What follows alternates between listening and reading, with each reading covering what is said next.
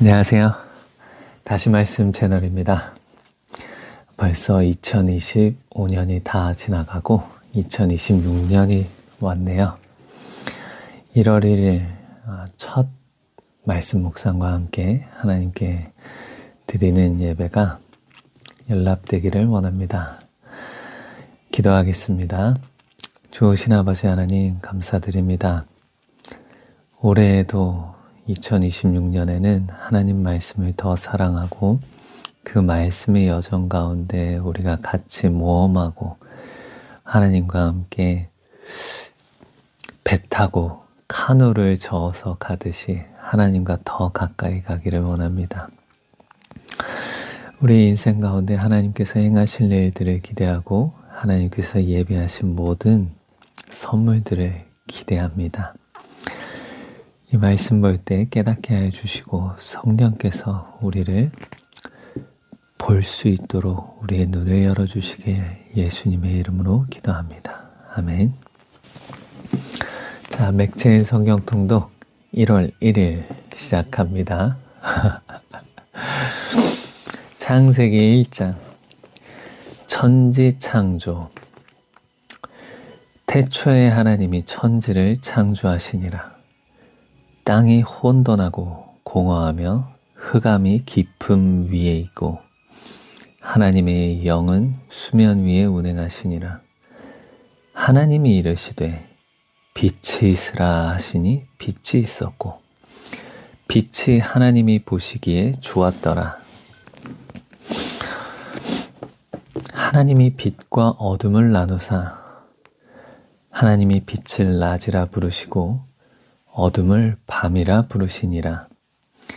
저녁이 되고 아침이 되니 이는 첫째 날이니라. 하나님이 이르시되 물 가운데 궁창이 있어 물과 물로 나뉘라 하시고 하나님이 궁창을 만드사 궁창 아래의 물과 궁창 위의 물로 나뉘게 하시니 그대로 되니라. 하나님이 궁창을 하늘이라 부르시니라.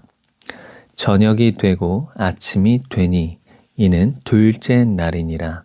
하나님이 이르시되 천하의 물이 한 곳으로 모이고 묻이 드러나라 하시니 그대로 되니라. 하나님이 묻을 땅이라 부르시고 모인 물을 바다라 부르시니 하나님이 보시기에 좋았더라. 하나님이 이르시되 땅은 풀과 씨 맺는 채소와 각기 종류대로 씨 가진 열매 맺는 나무를 내라 하시니 그대로 되어 땅이 풀과 각기 종류대로 씨 맺는 채소와 각기 종류대로 씨 가진 열매 맺는 나무를 내니 하나님이 보시기에 좋았더라. 저녁이 되고 아침이 되니 이는 셋째 날이니라. 하나님이 이르시되 하늘의 궁창에 광명체들이 있어 낮과 밤을 나뉘게 하고 그것들로 징조와 계절과 날과 해를 이루게 하라. 또 광명체들이 하늘의 궁창에 있어 땅을 비추라 하시니 그대로 되니라.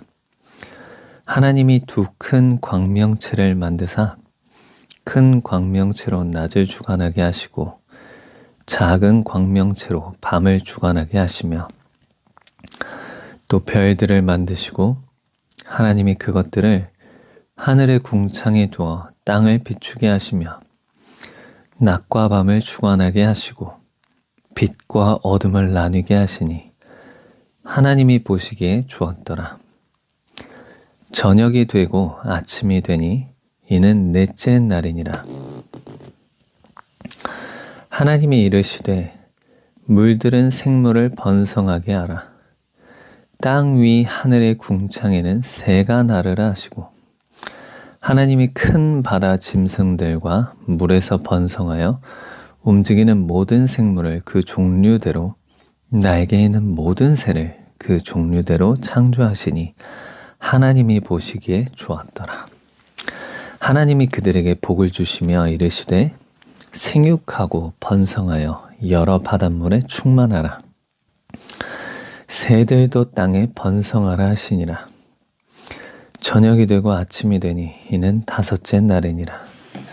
하나님이 이르시되 땅은 생물을 그 종류대로 내되 가축과 기는 것과 땅의 짐승을 종류대로 내라 하시니 그대로 되니라.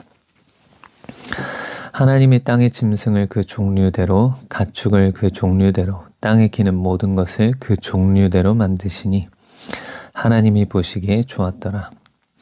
하나님이 이르시되 우리의 형상을 따라 우리의 모양대로 우리가 사람을 만들고 그들로 바다의 물고기와 하늘의 새와 가축과 온 땅과 땅에 기는 모든 것을 다스리게 하자 하시고 하나님이 자기 형상 곧 하나님의 형상대로 사람을 창조하시되 남자와 여자를 창조하시고 하나님이 그들에게 복을 주시며 하나님이 그들에게 이르시되 생육하고 번성하여 땅에 충만하라. 땅을 정복하라. 바다의 물고기와 하늘의 새와 땅에 움직이는 모든 생물을 다스리라 하시니라. 하나님이 이르시되 내가 온 지면에 씨 맺는 모든 채소와 씨 가진 열매 맺는 모든 나무를 너희에게 주노니 너희의 먹을거리가 되리라.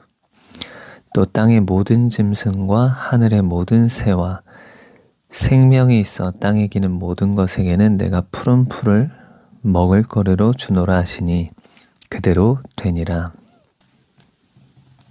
하나님이 지으신 그 모든 것을 보시니 보시기에 심히 좋았더라. 저녁이 되고 아침이 되니 이는 여섯째 날이니라. 아멘. 저는 창세기를 보면서 두 가지가 생각났습니다. 첫 번째는 하나님은 질서정연하신 하나님이시다. 하나님이 첫 번째로 창조하신 것은 질서입니다. 아주 그냥 혼돈하고 모든 것이 뒤섞여 있고 막 이것도 저것도 아닌 모든 것들 가운데 하나님은 나누시고 질서를 창조하셨습니다. 빛을 만드시고 어둠을 만드시고 이것을 나누었습니다. 하나님은 질서의 하나님이십니다. 그래서 모든 우주가 수천 년 동안 하나님의 질서에 따라 움직이고 있는 것이죠. 동일하게.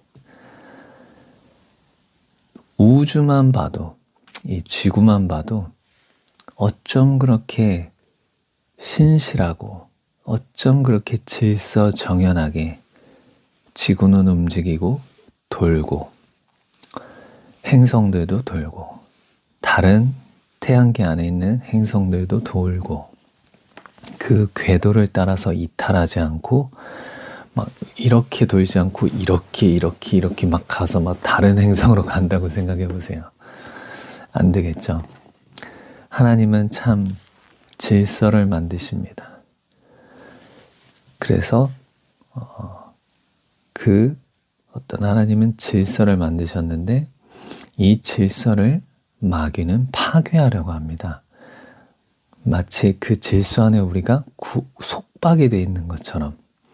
하지만 그 질서는 우리를 자유롭게 하는, 안전하게 하는 테두리가 되는데 마귀는 이것을 우리를 속박하고 우리를 구속하는 것처럼 표현을 해서 거기에서 우리가 해방되어야 한다고 생각합니다.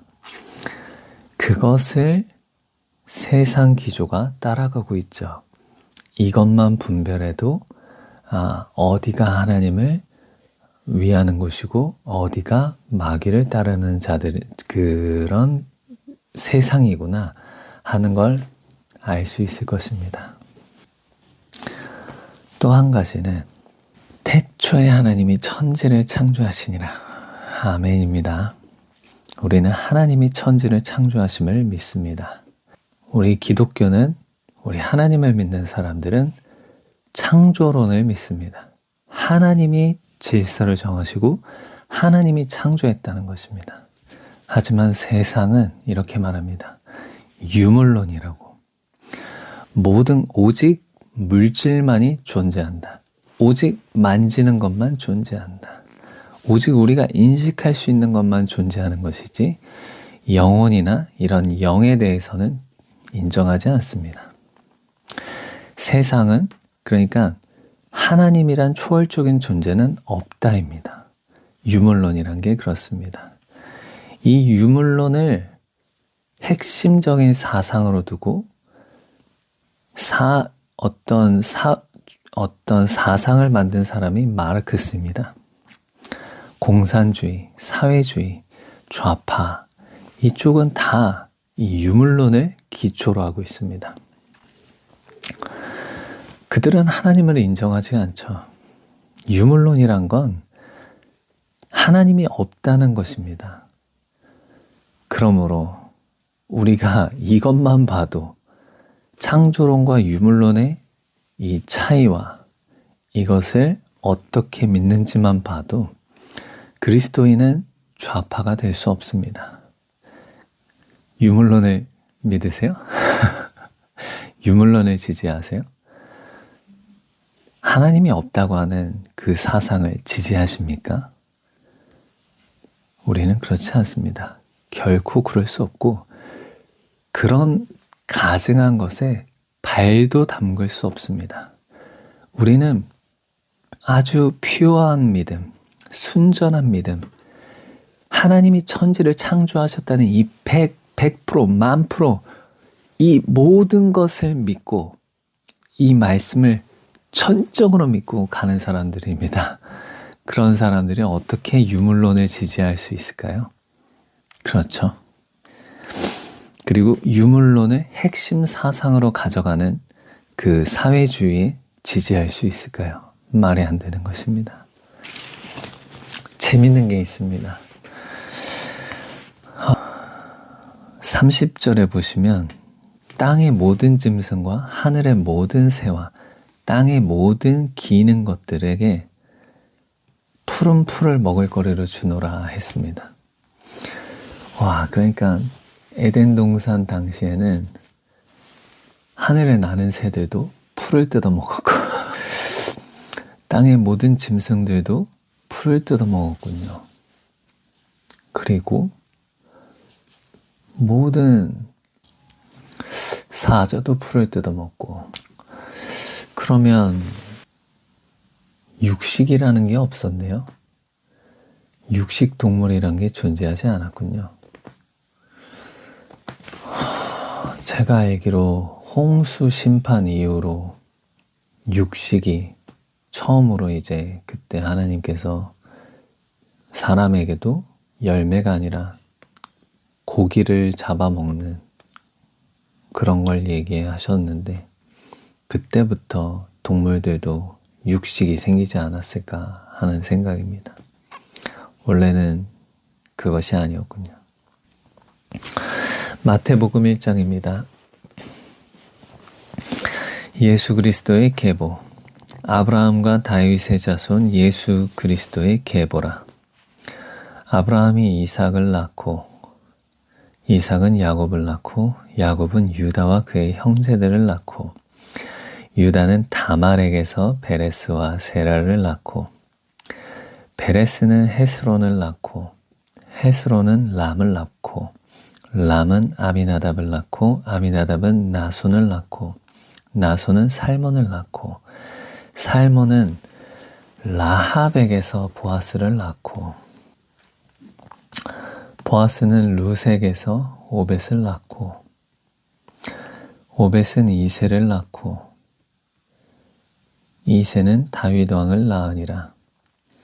다윗은 우리아의 아내에게서 솔로몬을 낳고 솔로몬은 르호보암을 낳고 르호보암은 아비야를 낳고 아비야는 아사를 낳고 아사는 여호사밧을 낳고 여호사밧은 요람을 낳고 요람은 우시야를 낳고 우시야는 요담을 낳고 요담은 아하스를 낳고 아하스는 히스기야를 낳고 히스기야는 므낫세를 낳고 므낫세는 아몬을 낳고 아몬은 요시야를 낳고 바벨론으로 사로잡혀갈 때 요시야는 여고냐와 그의 형제들을 낳으니라. 바벨론으로 사로잡혀간 후에 여고냐는 스알디엘을 낳고 스알디엘은 스룹바벨을 낳고 스룹바벨은 아비훗을 낳고 아비훗은 엘리야김을 낳고 엘리야김은 아소르를 낳고 아소르는 사독을 낳고 사독은 아킴을 낳고 아킴은 엘리훗을 낳고 엘리훗은 엘르아사를 낳고 엘르아살은 mat단을 낳고 mat단은 야곱을 낳고 야곱은 마리아의 남편 요셉을 낳았으니 마리아에게서 그리스도라 칭하는 예수가 나시니라. 그런즉 모든 대수가 아브라함부터 다윗까지 14대요 다윗부터 바벨론으로 사로잡혀갈 때까지 14대요 바벨론으로 사로잡혀간 후부터 그리스도까지 14대더라. 예수 그리스도의 나심. 예수 그리스도의 나심은 이러하니라. 그의 어머니 마리아가 요셉과 약혼하고 동거하기 전에 성령으로 잉태된 것이 나타났더니 그의 남편 요셉은 의로운 사람이라 그를 드러내지 아니하고 가만히 끊고자 하여 이 일을 생각할 때 주의 사자가 현몽하여 이르되 다윗의 자손 요셉아 내 아내 마리아 데려오기를 무서워하지 말라. 그에게 잉태된 자는 성령으로 된 것이라. 아들을 낳으리니 이름을 예수라 하라.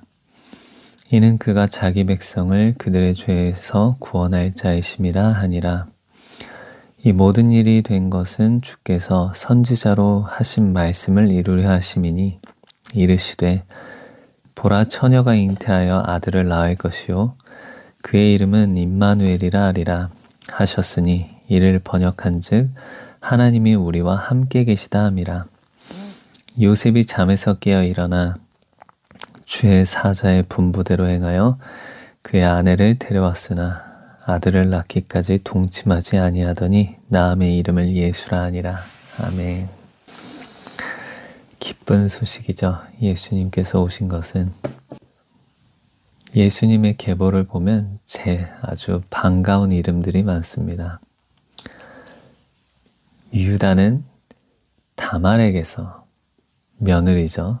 다말은 며느리인데 유다가 자기 막내 아들을 주지 않으니까 다말이 유다와 이렇게 속여서 동침하고 아이를 낳았습니다.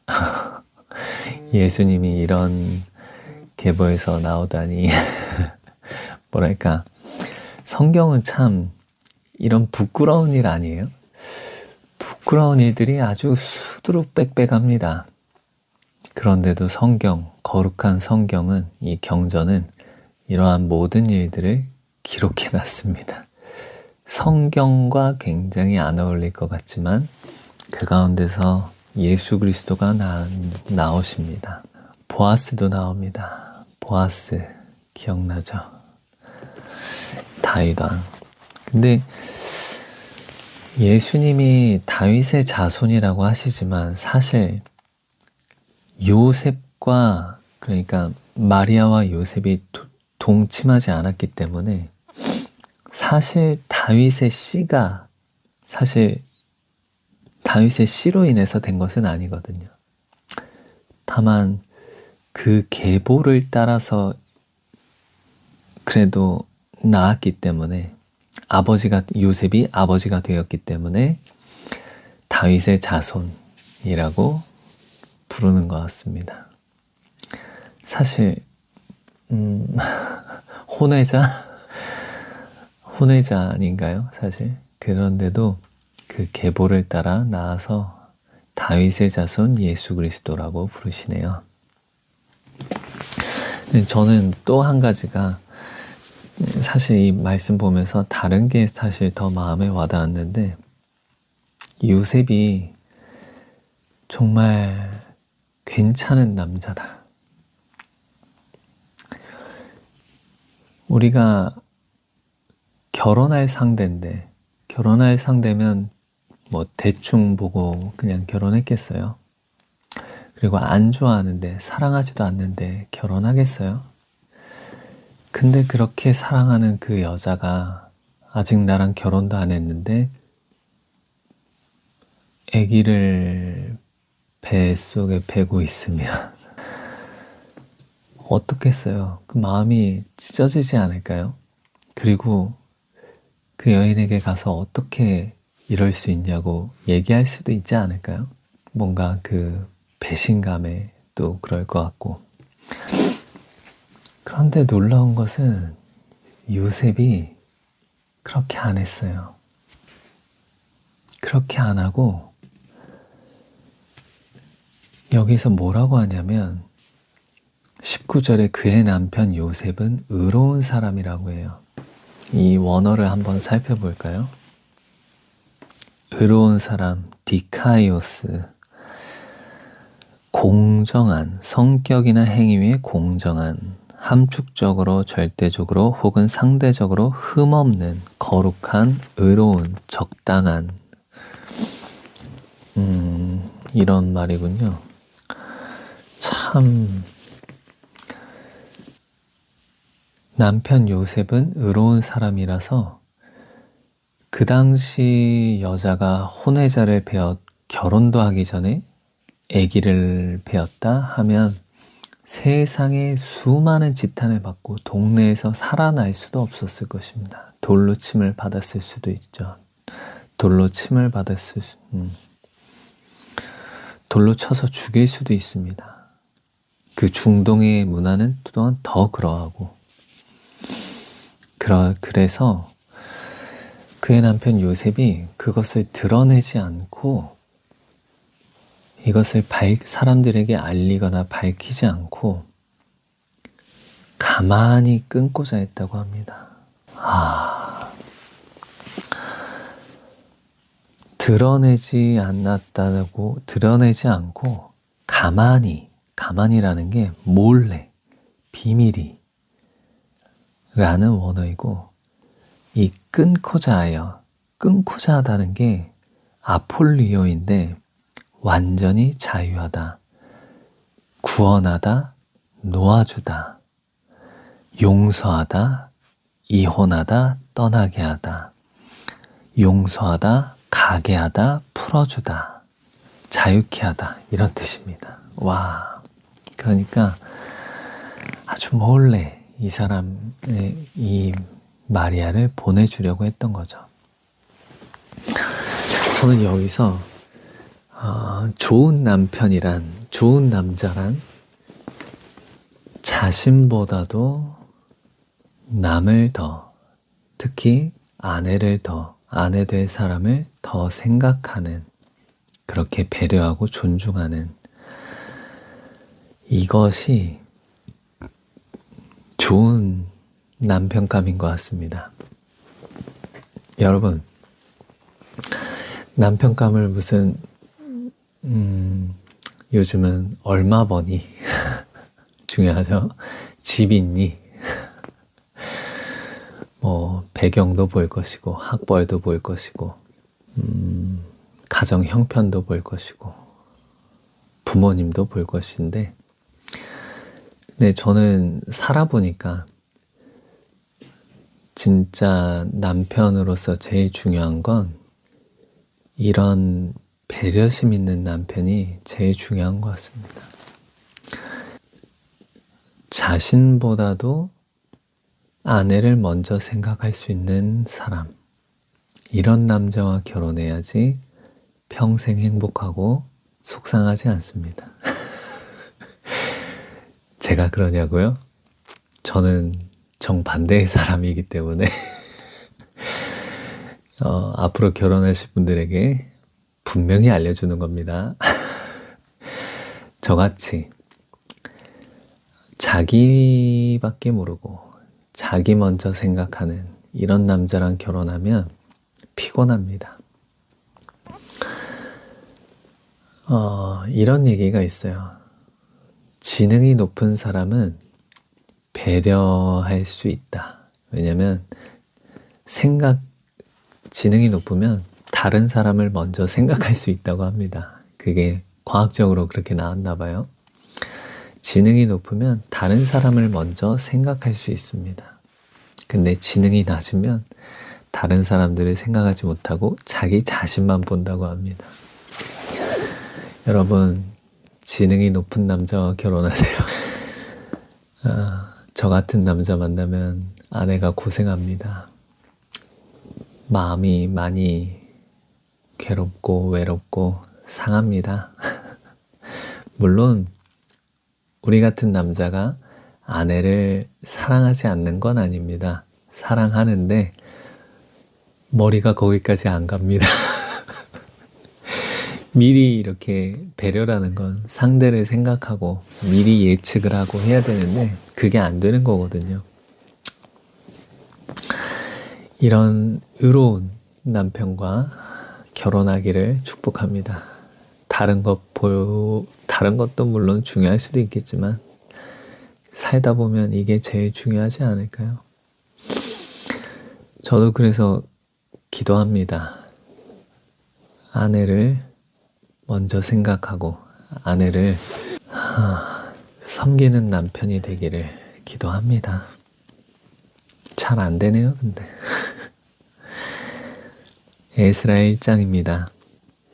여호와께서 고레스의 마음을 감동시키이다.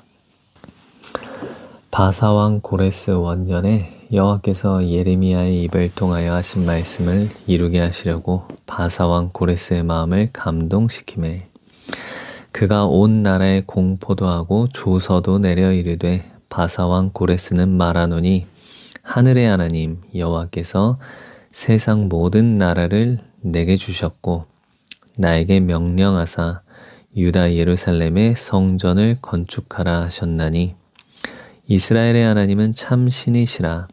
너희 중에 그의 백성된 자는 다 유다 예루살렘으로 올라가서 이스라엘의 하나님 여호와의 성전을 건축하라.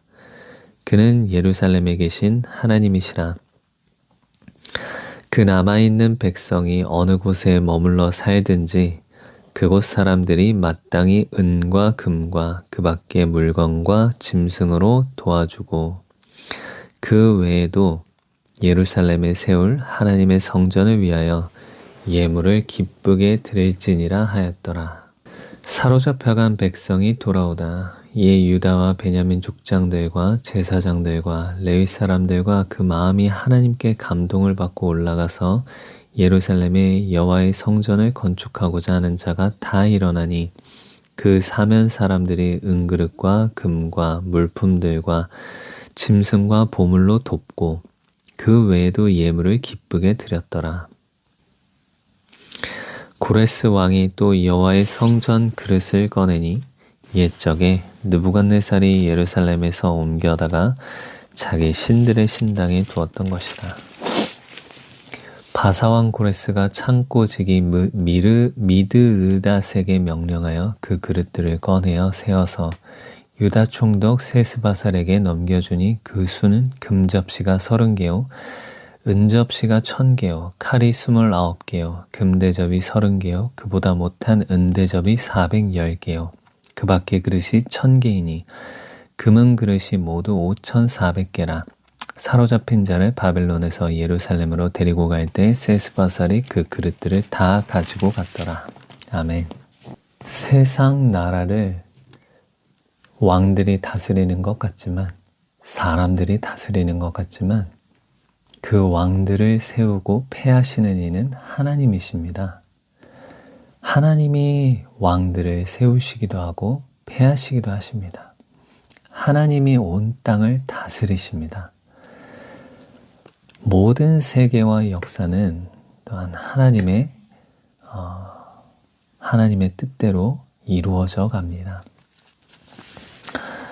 그래서 하나님께서 이스라엘 백성들을 70년 만에 돌아오게 하신다는 그 말씀대로, 예언대로 고레스의 마음을 통해서, 고레스를 통해서 이스라엘 백성들이 70년 만에 본국으로 돌아가게 됩니다.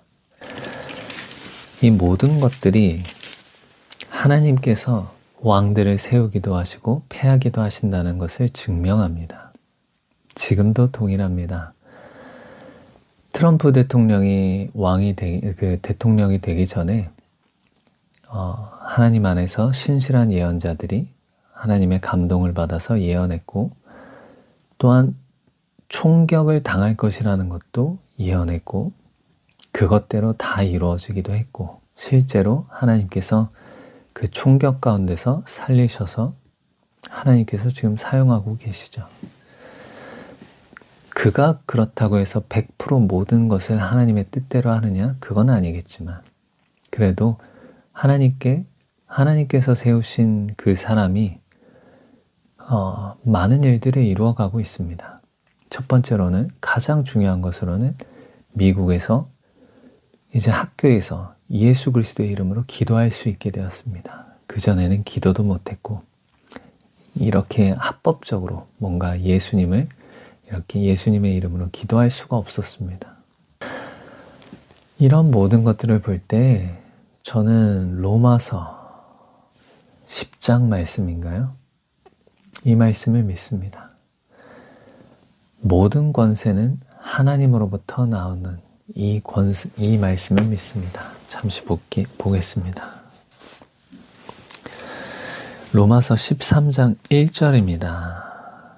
그리스도인과 세상 권세에 대해 얘기하는데, 각 사람은 위에 있는 권세들에 복종하라. 복종하다, 굴복하다, 순종하다. 로마에서 수많은 핍박이 있었죠. 그런데 막 어느 정도였냐면, 그리스도인들을 횃불로 사용할 정도로, 산채로 태워서 횃불로 사용할 정도로 아주 지독했습니다. 그런데도 불구하고 그 세상을 무너뜨리고 그 권세를 대적하라는 것이 아니라 권세들에게 복종하라 라고 합니다.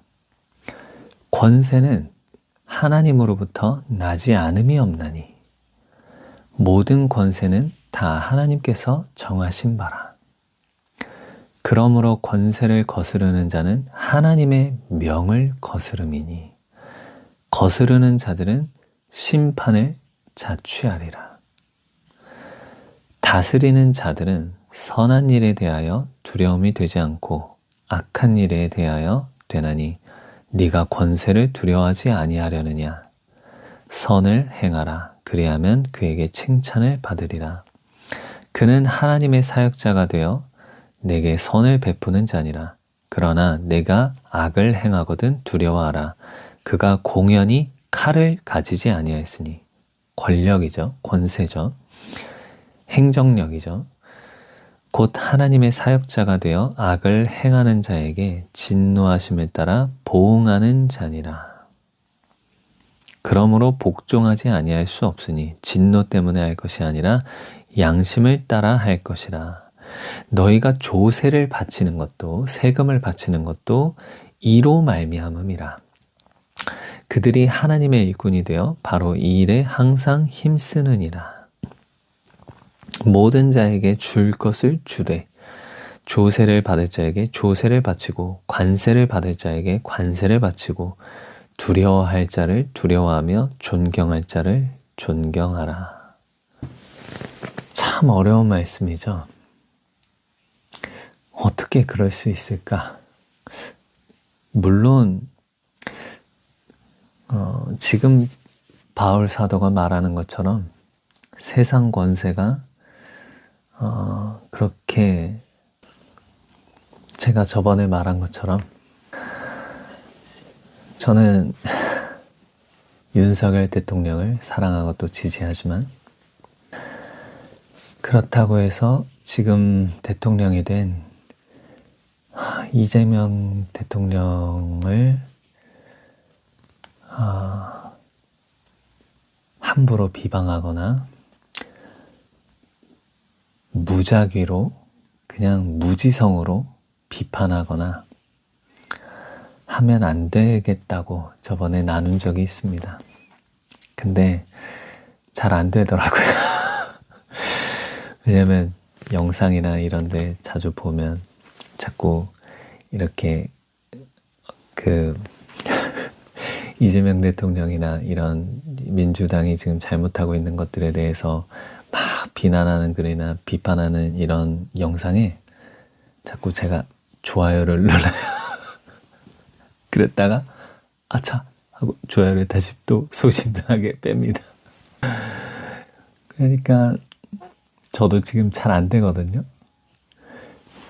근데 하나님 말씀은 그래요. 다윗이 사울 왕의 하나님이 세우신 권세, 하나님이 기름 부은 자리에 있는 그 사람을 함부로 해치질 않아요. 그 옷자락을 벨 때에도 마음의 찔림을 받아요.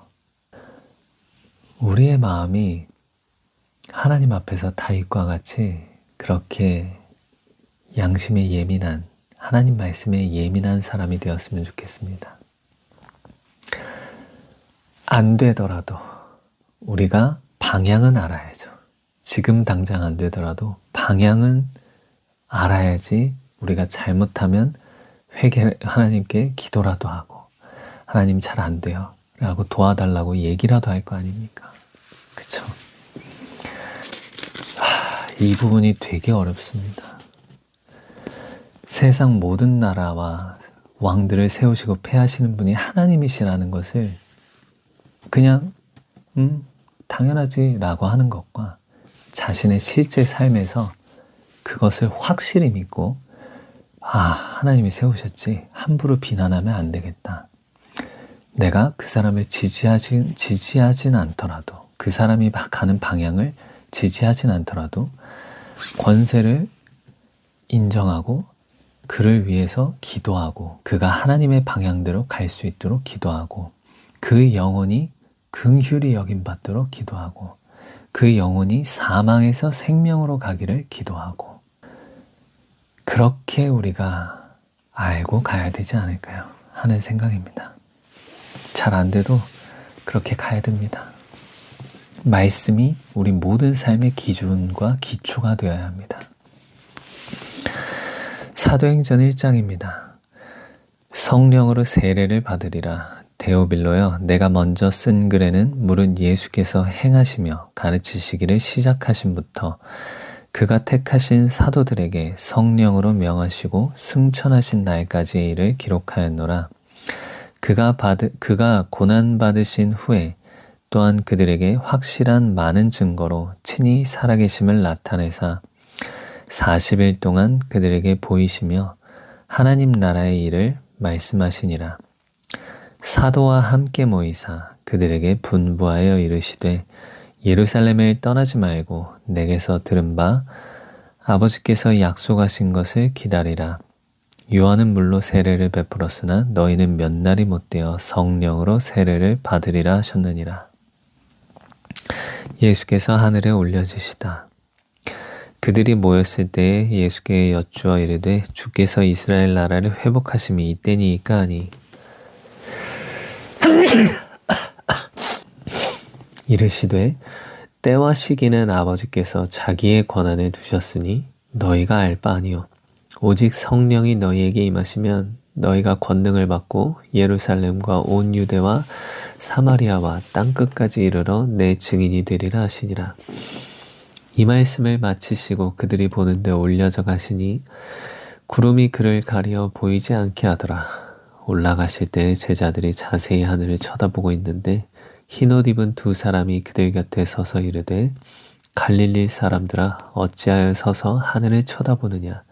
너희 가운데서 하늘로 올려지시니 예수는 하늘로 가심을 본 그대로 오시리라 하였느니라. 유다 대신에 matti아를 세우다. 제자들이 감람원이라 하는 산으로부터 예루살렘에 돌아오니 이 산은 예루살렘에서 가까워 안식일에 가기 알맞은 길이라. 그들이 들어가 그들이 유하는 다락방으로 올라가니 베드로, 요한, 야고보, 안드레와 빌립, 도마와 바돌로메, 마테와 및 알페오의 아들 야고보, 셀로신 시몬, 야고보의 아들 유다가 다 거기 있어. 여자들과 예수의 어머니 마리아와 예수의 아우들과 더불어 마음을 같이하여 오로지 기도에 힘쓰더라. 모인 무리의 수가 약 120명이나 되더라. 그때 베드로가 그 형제들 가운데 일어서서 이르되, 형제들아, 성령이 다윗의 입을 통하여 예수 잡는 자들의 길잡이가 된 유다를 가리켜 미리 말씀하신 성경이 응하였으니 마땅하도다. 이 사람은 본래 우리의 수 가운데 참여하여 이 직무의 한 부분을 맡았던 자라. 이 사람이 불의의 삭스로 밭을 사고 후에 몸이 곤두박질하여 배가 터져 창자가 다 흘러나온지라. 이 일이 예루살렘에 사는 모든 사람에게 알려져 그들의 말로는 그 밭을 아겔다마라 하니 이는 피밭이라는 뜻이라. 시편에 기록하였으되 그의 거처를 황폐하게 하시며 거기 거하는 자가 없게 하소서 하였고, 또 일렀으되 그의 직분을 타인이 취하게 하소서 하였도다. 이러함으로 요한의 세례로부터 우리 가운데서 올려져 가신 날까지 주 예수께서 우리 가운데 출입하실 때 항상 우리와 함께 다니던 사람 중에 하나를 세워 우리와 더불어 예수께서 부활하심을 증언할 사람이 되게 하여야 하리라 하거늘, 그들이 두 사람을 내세우니 하나는 바사바라고도 하고 별명은 유수도라. 하나는 요셉이요 하나는 matti아라. 그들이 기도하여 이르되, 무사람의 마음을 아시는 주여, 이 두 사람 중에 누가 주님께 택하신 바가 되어 봉사와 및 사도의 직무를 대신할 자인지를 보이시옵소서. 유다는 이 직무를 버리고 제 곳으로 갔나이다 하고 제비 뽑아 matti아를 얻으니 그가 11사도의 수에 들어가니라. 아멘. 예수님께서 승천하여 올라가신 것을 본 무리는 다른 복음서에서 한 500명 정도라고 했습니다. 그러면 500명 정도가 지금 이 사도행전 1장 4절에 말씀하시는 예수님의 음성을 들었거든요. 사도와 함께 모인 그들에게, 그 500명에게 분부하여 이르시되, 예루살렘을 떠나지 말고 내게서 들은 바 아버지께서 약속하신 것을 기다리라. 요한은 물로 세례를 베풀었으나 너희는 몇 날이 못되어 성령으로 세례를 받으리라 하셨느니라. 그랬는데 지금 15절에 보시면 모인 무리의 수가 약 120명이 되더라. 500명이 예수님이 승천하신 것을 봤고 예수님의 분부하신 것을 들었는데 500명 중에 120명만 남았습니다. 나머지는 어디 갔을까요? 집으로 갔을까요? 예수님을 직접 보고 예수님이 하늘에 올려지신 것도 직접 보고 죽으신 예수가 다시 살아난 것을 봤어도 순종하지 않을 수도 있군요. 그러니까 믿음과 순종이라는 것은 어떤 환경이나 조건에서 나오는 게 아닌 것 같습니다. 첫째로는 하나님의 은혜고, 둘째로는 하나님을 사랑하는 마음인 것 같습니다. 셋째로는 얼마나 더 탕감받았느냐, 얼마나 더 하나님의 사랑을 깊이 알고 있느냐. 왜냐하면 그 바리새인 시몬의 집에 갔을 때 예수님께 향유를 붓고, 발에 향유를 붓고, 눈물로 발을 씻고 향유를 붓고 머리털로 닦았던 그 여인에게 예수님이 하신 말씀이 있기 때문이죠. 그러므로 우리는 믿음이 있어서 순종한다기보다 예수님을 사랑하기 때문에 순종하는 것 같습니다. 우리가 눈으로 본다고 해서 그분을 사랑하는 건 아니고, 우리가 직접 그분을 만나고 그분이 하늘로 올라가는 것을 본다 할지라도 우리가 순종하는 게 아닙니다. 우리가 눈으로 볼 수 없어도 도마처럼 그 손가락과 옆구리에 손을 집어넣어야지 믿겠다고 하는데 우린 그게 아니라 예수님을 사랑하니까 믿는 겁니다. 내 눈으로 봐서 믿는 게 아니라 사랑해서 믿는 겁니다. 예수님이 그래서 보지 않고 믿는 자에게 더 복이 있다고 하는 것은 보고 믿는 것은 그냥 육체, 그냥 그럴 수 있죠. 근데 보지 않고 믿는 것은 사랑할 때 보지 않고 믿을 수 있기 때문입니다. 그러므로 그것이 더 복된 것입니다. 우리는 지금 예수님을 보지도 못했고 사실 귀로 듣지도 못했습니다. 오직 누군가가 전해준 복음, 하나님이 널 사랑하신대, 부모로부터 받은 복음, 또한 성경을 읽으면서 성경 안에 기록된 하나님의 말씀으로 하나님이 이렇게 나를 사랑하시는구나, 이것을 믿고 그 사랑을 알았기 때문에 예수님을 믿는 거잖아요. 그러니까 우리가 예수님을 사랑하는 마음이 올해 가득 더 성장하고 가득해서 충만하기를 원합니다. 기도하겠습니다. 좋으신 아버지 하나님 감사합니다. 우리가 더 주님을 사랑하길 원합니다. 우리 안에 예수님을 사랑하는 마음 부어주시기를 더 원하고 우리가 예수님 사랑을 더 깨달아 알아서 예수님을 사랑하는 것이 우리에게 더 자라게 해 주시옵소서. 예수님 이름으로 기도합니다. 아멘. 축복합니다.